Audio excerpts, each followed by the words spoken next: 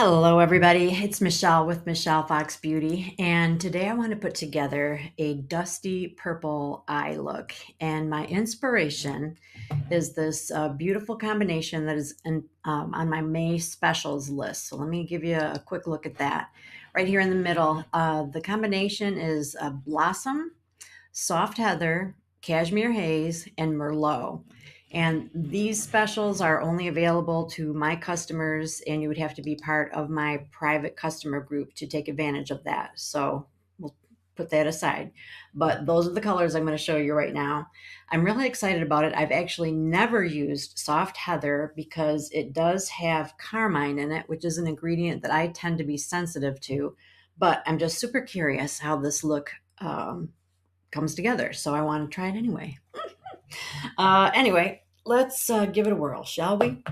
And I also have kind of a new thought on where to put my mirror. I think even if it's right here in front, I think that you can still see me when I put stuff on. Because here's the problem, I need the magnified mirror to see what I'm doing. But I usually have it way off to the side, so then I'm like kind of looking over here and you can't see me. So I don't know. It's an ongoing it's an ongoing problem. Oh my gosh. All right. So I usually start with a traditional flat, wide eyeshadow brush to deposit my lightest color. And I put that under my brow and on the mobile part of my lid. And that would be Blossom today. This is a very slightly pinkish white. The pink in it is very, very subtle. All right, so when I do this, can you see me? I think yes. All right, this is awesome. Although, won't it be a bummer if I find out you can't? So I really load up my brush when I do the light colors, and then I'm pretty much patting it on right here. So I've already prepped my face. I've got my moisturizer and eye cream. I've got my foundation on already. I did my blush, lips, but I just want to do my eyes with you. So I did under my brow. Now I'm doing near my lashes and on the mobile part of my lid. So that's, the part that can open up and down. And I try to put the biggest positive color closest to my lashes, and then kind of fan it out because we are going to be trying to blend everything together. So wherever you lay the brush first is where the most positive color is going to be. So up here, it doesn't matter that much because I'm pretty much staying in that same area. Like I'm not using a very large area. But when I get down toward the mobile part of my lid, rather than laying it down, near the crease at the beginning, I'm going to lay it down by the lashes so that if it's, whiter, I want the whiter part to be down by my lashes. And then I want it to gradually kind of fade into whatever the next color is going to be. Oh, we've got so much to talk about. It's been a minute since I've talked about my crazy eyes, my uneven eyes. All right. And white, light colors, make something more pronounced. So if you have a lot of space up in here, you might use a little less. If you don't have a lot of space, you might want to use a little more. It's something that you could just play with and see what you find most flattering. But white, for the most part, brings forward or emphasizes or draws out, which is why I'm trying to emphasize my lid and I want to emphasize my brow bone. All right. So for the next one, I'm using kind of a unique brush. So I'm going to explain why. Usually in the crease, you will see people use sort of a long tapered brush like this, which is fine. I've got one eye that's a lot droopier than the other, and so I try to be a little more precise with where I apply my midtone in the crease. So I've got an interesting brush. It is wide and dense, but it does have a tip on the end. So rather than being like long and kind of fluffy, it's short and dense, but it does have a point at the end so that I can get right in that crease. So let's see. And that's where I'm going to put the Soft Heather, which I've never used before. Oh, the excitement. So this, I loaded it up quite a bit, but I don't want to put on that much necessarily. So I'm going to tap off the excess. But I will start from the outside and come in so that the biggest deposit is on the outside. And I'm using this brush with the pointed end so that it gets right into that crease. But because of the barrel around, it also is giving me a little bit both above and below.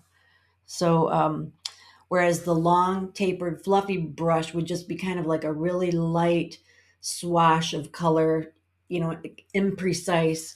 This is more precise, but we will blend it out as well. And then I usually kind of feather it up on the end so that it blends up into my highlight color. And bring it down toward my lashes also. It's just all about blending so that it just kind of flows from one to the other. I'll let you know if my eyes start itching. This is a really neat color. Definitely a dusty purple color. Starting from the outside and coming in. Now this is my bad eye, so I'm going to do something a little bit different. Let me lay this down first.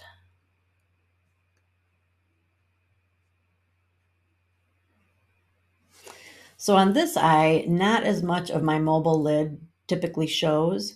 So instead of bringing a lot of this color down, I'm going to focus more on bringing it up. So like I said before, I bring it up a bit to blend with that light color on my brow bone.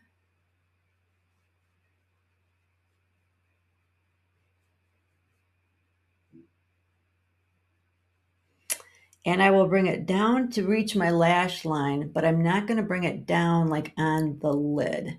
Over here, I kind of brought it, down a little bit onto the lid. This side, not so much. And a mid-tone shade is usually a transition shade. Its purpose is to help blend from light to dark. Typically, it is a very kind of boring, frankly, like a flesh tone shade. So it's going to be peach, brown, hazelnut, tawny, somewhere in there.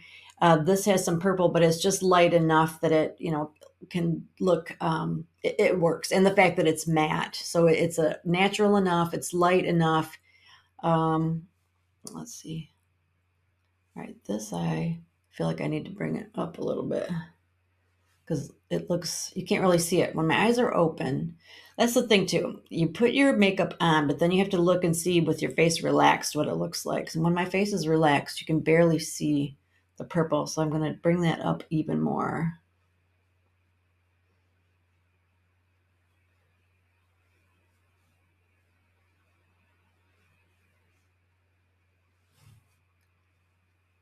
I think that helps.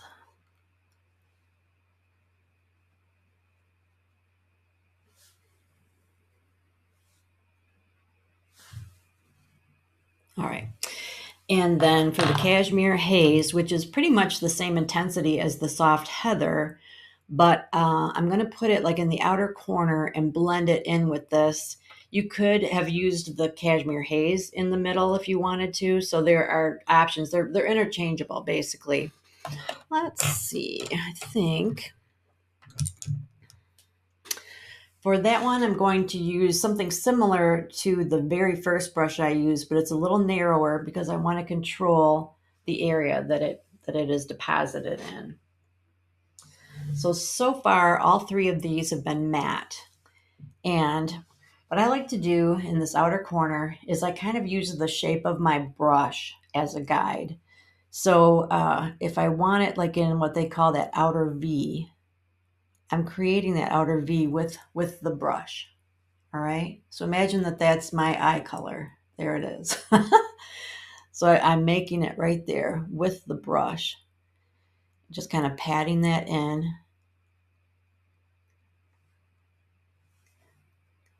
And then I'm going to really focus on that V shape by going toward the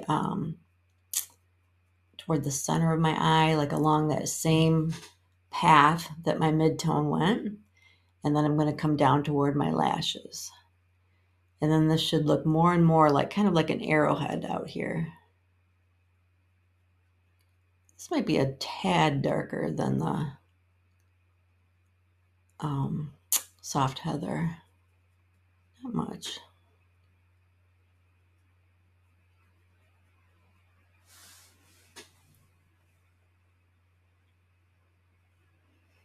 Boy, that white's really white, isn't it?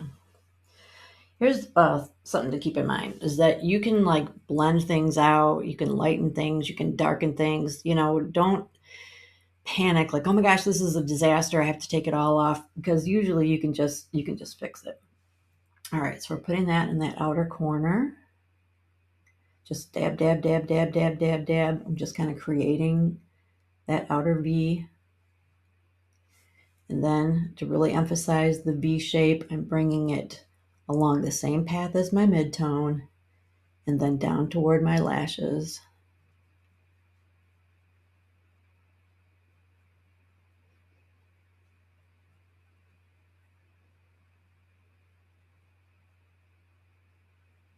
Boy, I really got a lot of that white on there, didn't I?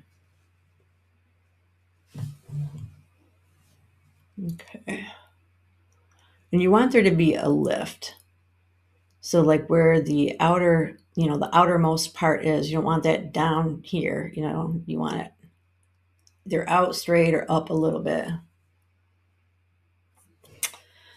Let's put a little bit of the really dark on here. So the darkest one is Merlot, which I'm for sure going to use as a liner. But just for fun, I think I'm going to put just a little dot of it out here too, to kind of give me a little more lift. This time I'm using a very small headed brush. This one, I feel like it might be called a contour brush, but it's just something with more of a concentrated head. And I'm putting this a little higher, trying to get some lift, but I've just used a tiny, tiny bit.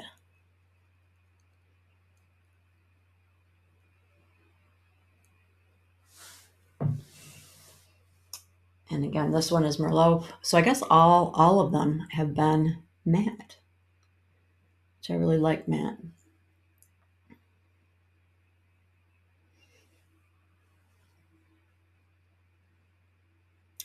And then I have separate brushes that I use to blend that I don't ever dip into color.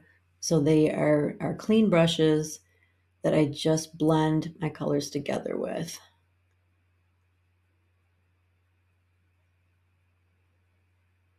Which I will do in a sec.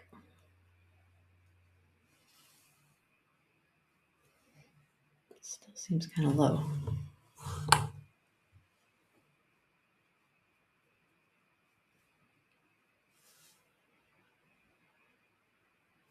All right, I think the blending is going to help a lot.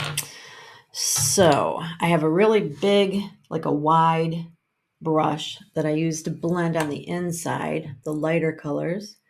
I just clean up in that area closest to my nose, any fallout that might have happened. And then I try to blend just this inner area, but I don't come all the way across. It's a fine line. You want to blend, but you don't want to just turn it into a muddy mess. So I'm just doing just the edges. Really, this is more about cleaning up any fallout and then softening the edge so that there's not a real harsh start area. And then I use one that's a little bit smaller than that, but similar idea. And for this one, I just go right on the edge because I've learned the hard way that you can really mess up all your work if you do too much blending in this area. So this, again, I'm trying to get it to just sort of fade out gradually. And so I'm doing that just by softening the edge. And then I've got one other blending thing if we still need it. So like I'm hardly moving, I'm not going into where I've laid all the different colors. I'm just doing the edge with these two. And sometimes it can look nice to have a real exact start and stop, but for the most part, I just like mine to look really soft and just kind of like it just fades gradually. All right, I'm going to go back to the long tapered one, the blending brush. And then this is where I will blend like the mid-tone and the darker color. But I'm not going to like be getting this into that light area. Okay. So you just have to kind of think through what is your objective? What are you trying to accomplish before you start being all willy-nilly?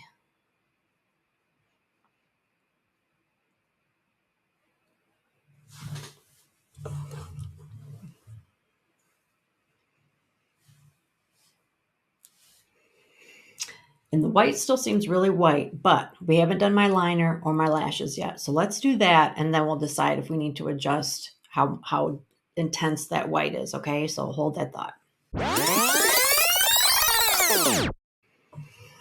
All right, I do want to take this opportunity to show you how to deal with the mascara mistake.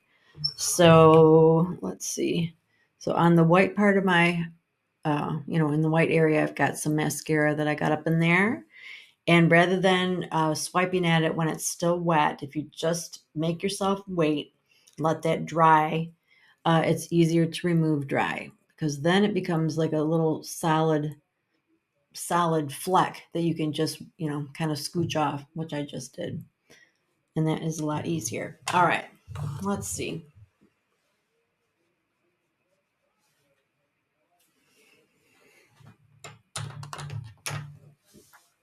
Maybe a little more of this.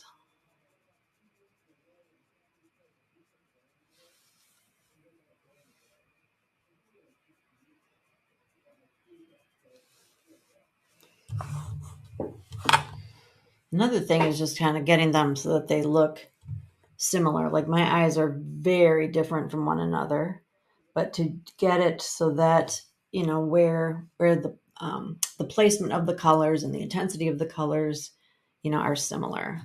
I gotta do something with my brow. I lost part of my brow.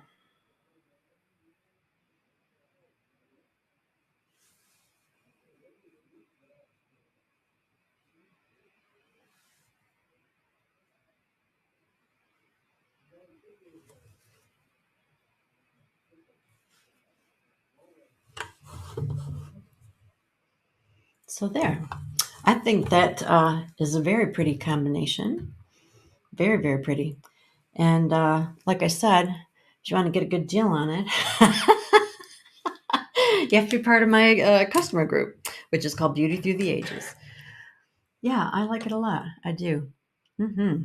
All right. What do you all think? And let me know if you've tried it. Let me know what you think about it. And if you've got any other tricks that you'd like to share about your application, the brushes that you use. Hopefully, you learned a little something. And if you want to try these, I've got samples of all of these shades. I would be more than happy to send them to you as long as you're in the US and you're over 18. So I guess that's it for now. I will talk to you again soon.